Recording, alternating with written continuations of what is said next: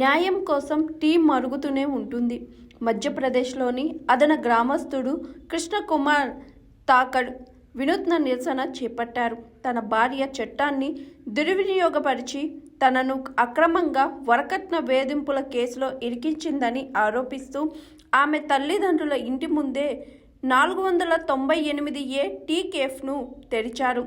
దానిలో తన పెళ్లినాటి తలపాగా పూలమాలలను వేలాడదీశారు. న్యాయం జరిగే వరకు టీ మరుగుతూనే ఉంటుంది, టీ తాగుతూ మాట్లాడుకుందాం, సెక్షన్ 125 కోసం మనం ఎంత చెల్లించాలి అనే నినాదాలను తన టీ స్టాల్లో రాశారు.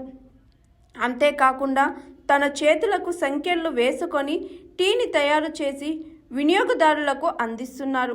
టీ కోసం వచ్చే వారంతా ఆయన గురించి ఆసక్తికరంగా తెలుసుకుంటున్నారు. తన టీ స్టాల్కు వచ్చే వారితో కృష్ణ మాట్లాడుతూ రాజస్థాన్లోని అంటహాస్కు చెందిన యువతితో తనకు 2018లో వివాహం జరిగిందని చెప్పారు. 2019లో తామిద్దరము కలిసి తేనెటీగల పెంపకం వ్యాపారాన్ని ప్రారంభించామని తెలిపారు. 2022లో తమ వైవాహిక జీవితంలో ఇబ్బందులు వచ్చాయని, తన భార్య పుట్టింటికి వెళ్ళిపోయిందని తెలిపారు. మానసిక క్రూరత్వం, వరకట్న వేధింపుల ఆరోపణలతో తన భార్య తనపై కేసు పెట్టిందని అన్నారు.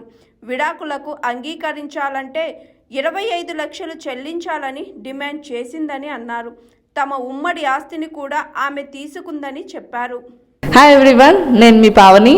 Please like, share and subscribe GRTV. Hi, I'm Jyoti Singh. Please like and subscribe GRTV channel. అందరికీ నమస్కారం. నా పేరు Sambit. Please like and subscribe GRTV. Thank you.